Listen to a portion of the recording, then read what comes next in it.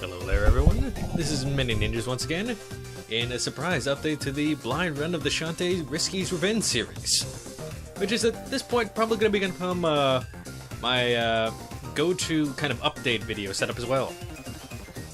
Generally at this point, just to kind of fill in a little bit of the gaps from what you probably saw the last video, which was some time back. I went through one additional run of the Battle Tower just to get a little more money. Went back to town in order to restock on a few things, including the final Silky Cream hair upgrade setup. And I'm now heading towards the jungle in order to continue on with the rest of the story, since I apparently now have a key that can open a hidden door. And I remember there's a door inside the jungle or forest, I think it's forest in this case, which I probably need to investigate now. Just to generally kind of recap, since it has really been a while, the rules of the run are as promised.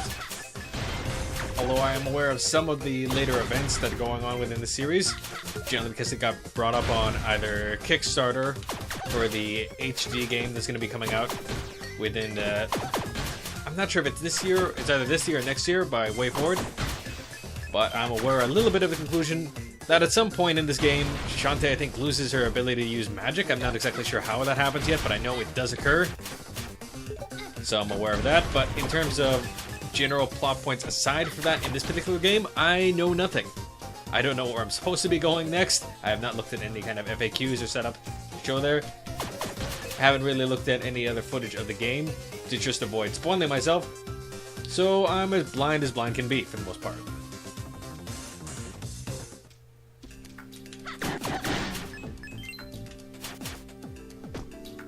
Generally, since it has been a while, just remember, yeah, in this game, at least in this section, it's a little hard to tell the foreground and background sections, since they could have been differentiated a little better, I found.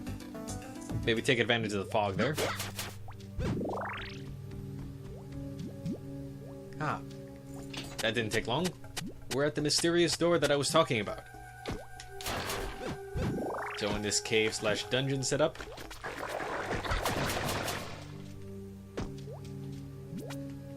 with ominous music and everything.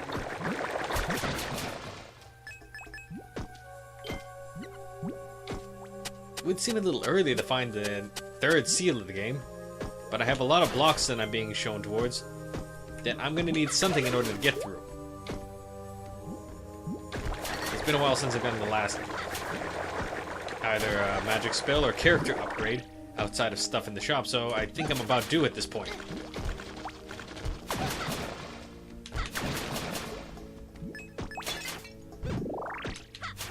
The game is conspicuously generous with both health and magic drops at this point, so that must mean I must be near something very important.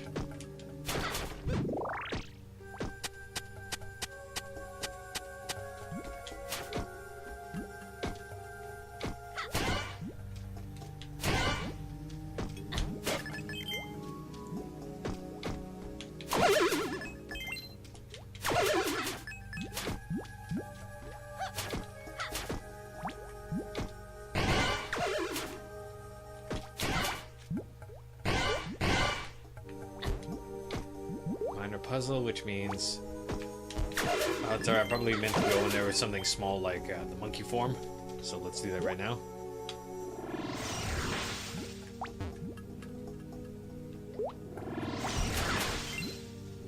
Turns out, yeah, with just more money in that case, not a bad thing by any means.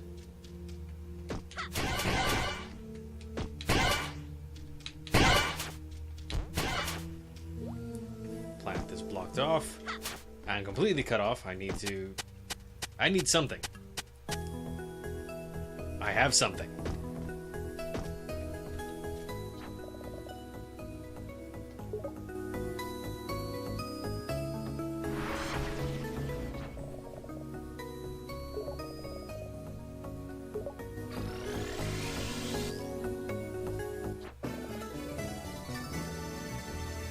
That is going to help a lot. Suddenly the blocks are making a lot more sense.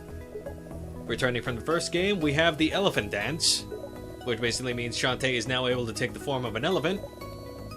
That, just as the game is telling us right now, the elephant is capable of smashing objects. And with the upgrade that'll go for that later on, if it's like the first game, will also allow you to do a heavy stomp to crush anything underneath you. sprung. There we go.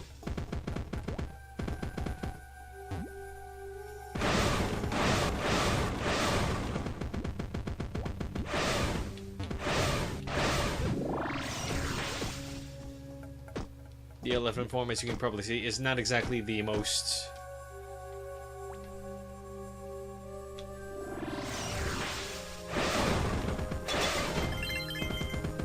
swift of attacks or ways of getting around, but it does get the job done.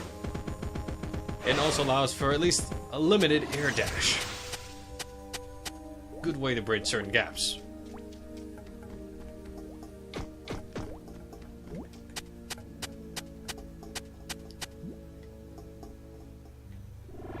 Have it though. They don't give you anything in this game unless they want you to use it immediately to get to the next part of the game. So that begs the question, where am I supposed to be using this next other than clearing my blocks on the way out?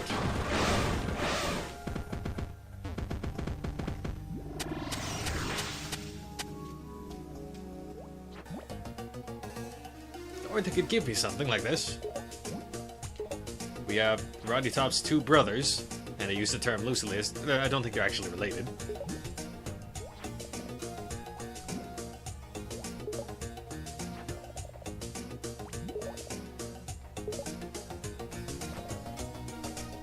Technically, although, like I said, while I'm unaware, or I don't think they properly introduced them in the first game, they did bring it up in promotional things for the later games, including the HD Kickstarter, so while I don't remember their names off the top of my head, I am familiar they are connected to Roddy Tops, as if the whole zombie thing didn't top it off.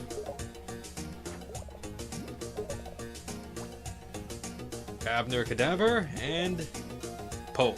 So we have Abner and Poe.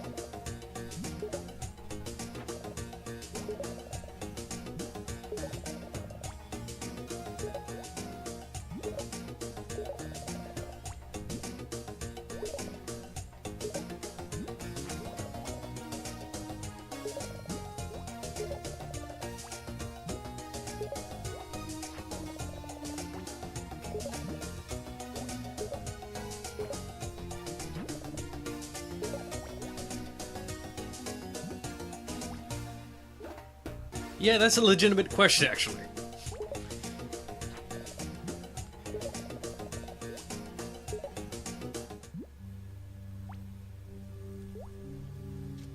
Apparently, it's time to get some coffee. I suppose they don't have any Tim Hortons in this game.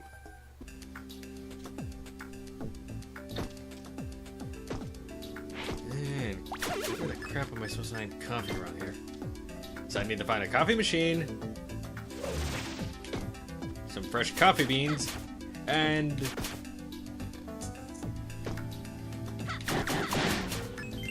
also at least one run egg to get mixed in part of the batch.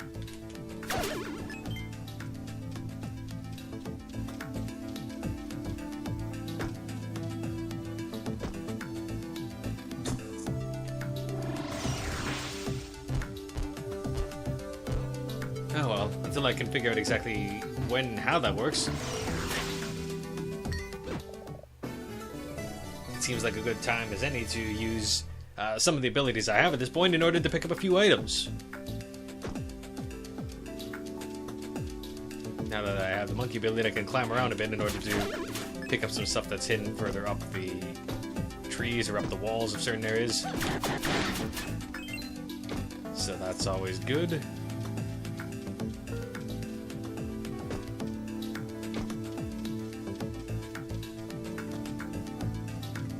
Looks like another monkey area here.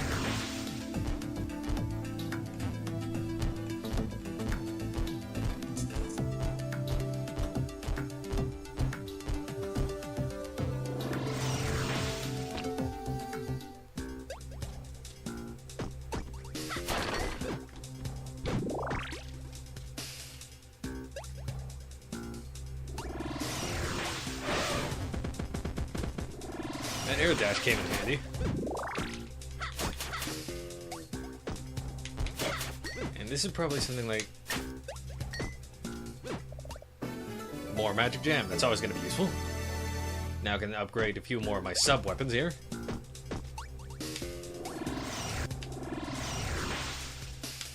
The one thing I don't like about the... On one hand, it's kind of a... Don't like because it's more just used to the previous system. Is the way we now switch between the different dances, you just hold the button down, and the action freezes. In the previous game, for those unfamiliar, you actually had to insert a set of commands, basically a set of directions and such, in order to change in what you want.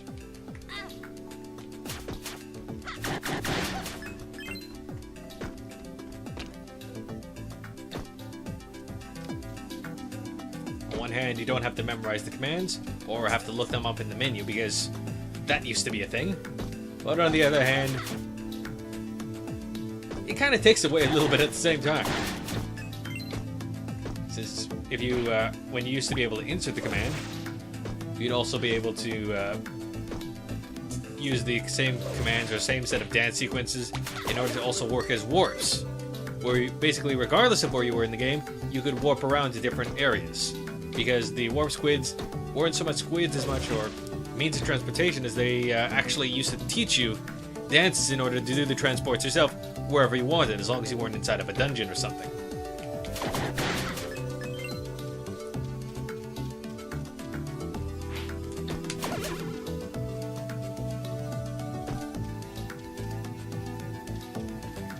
Alright, this is another monkey error written all over it.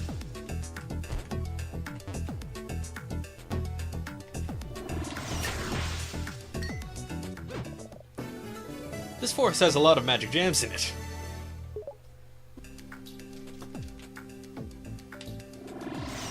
I'm not going to complain. I can use this when I get back to the market and get back to the main shop in town in order to get things, but it's still... On one hand, it seems like they're just kind of stocking them in one area or so, or at least they had a lot in this area that required just the first basic power-up or two.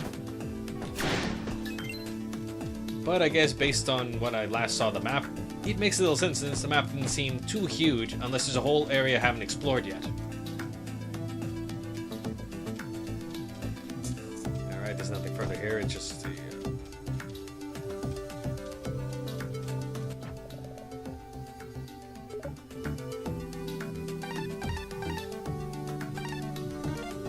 Yeah, I don't want to warp anywhere just yet. I do want to visit the back area.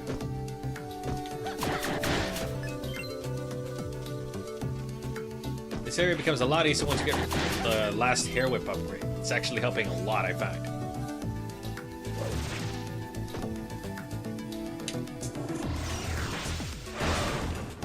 I guess I know how to get past those rock guys now.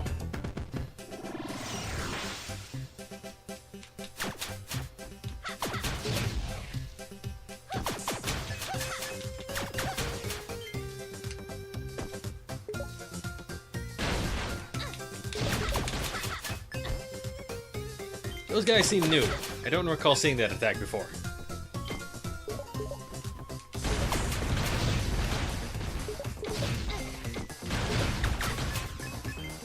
It's not a fast attack, but you have to be paying attention for it. And hopefully not run into it like that.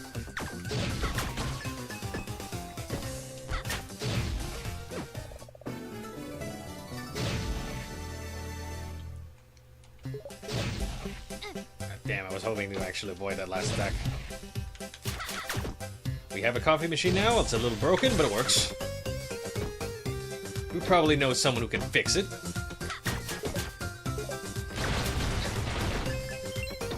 Assuming I can make it that far out. Might need to use a potion after all in a second.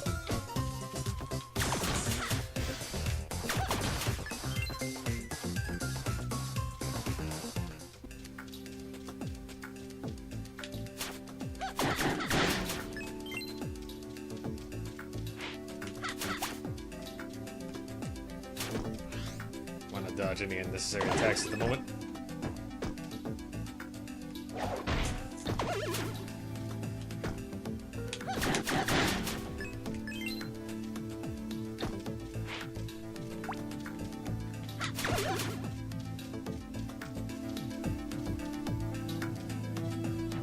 Actually, this will help too.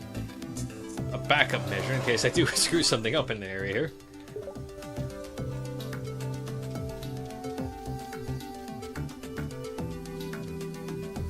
This is where the Squid Baron was. If there was anything else to the side here, I don't remember.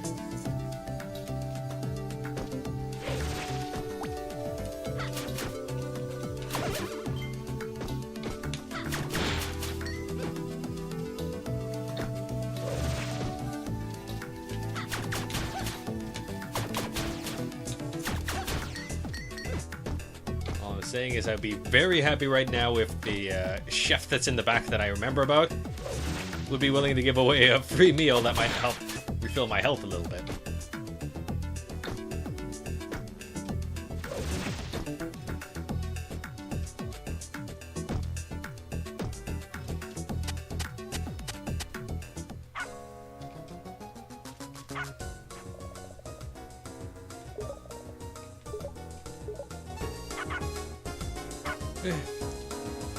Hopefully so.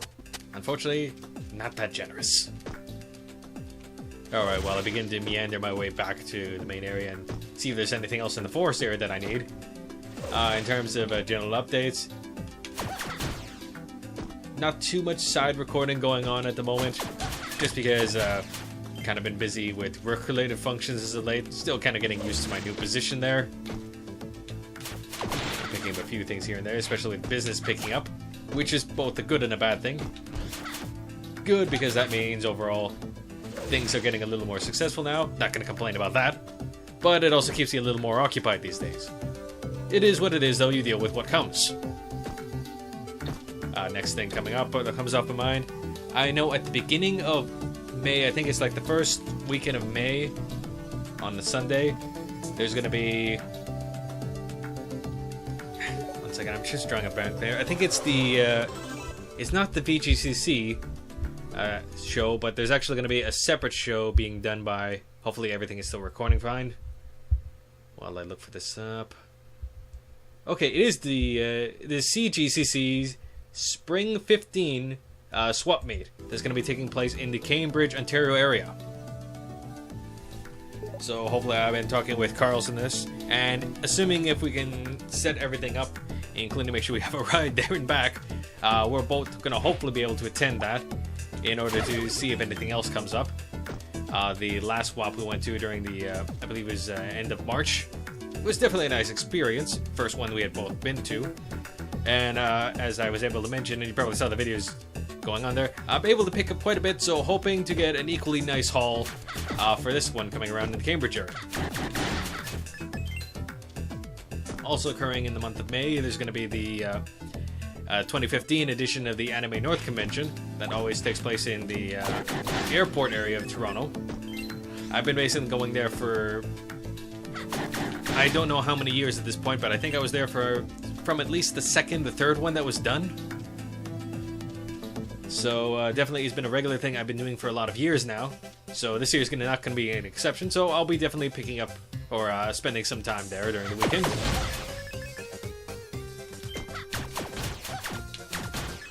So that'll be enjoyable going on there.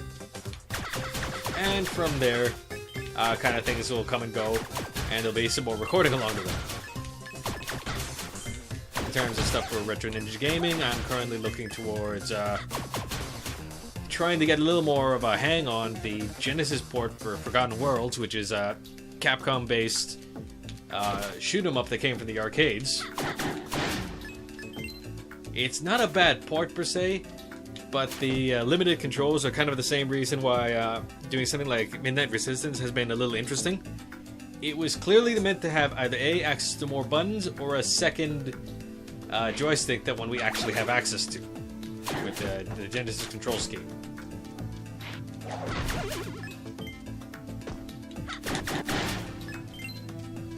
Alright, I think at this point I'm going to probably meander my way back to at least one more save spot and begin to try to figure out exactly where I'm supposed to head to next. So there might be a dramatic cut, or I might just save it to another video since this one has been going on for around 20 minutes at this point. Yeah. So, pretty much in terms of what's going on. Hopefully going to go to another swap meet, the one I just mentioned. Anime North's coming up, so I definitely need to be focusing some effort into setting up some costume work for that. Personally, having seen the recently released music video by David Hasselhoff for the Kung Fury soundtrack, I think it's going to be the main theme for the movie. I did notice that there was a red-clad ninja within that particular video, and it seems familiar enough. There's enough of a resemblance that it definitely would be worth a shot. So I'm gonna need to see if I can piece that together pretty damn quickly.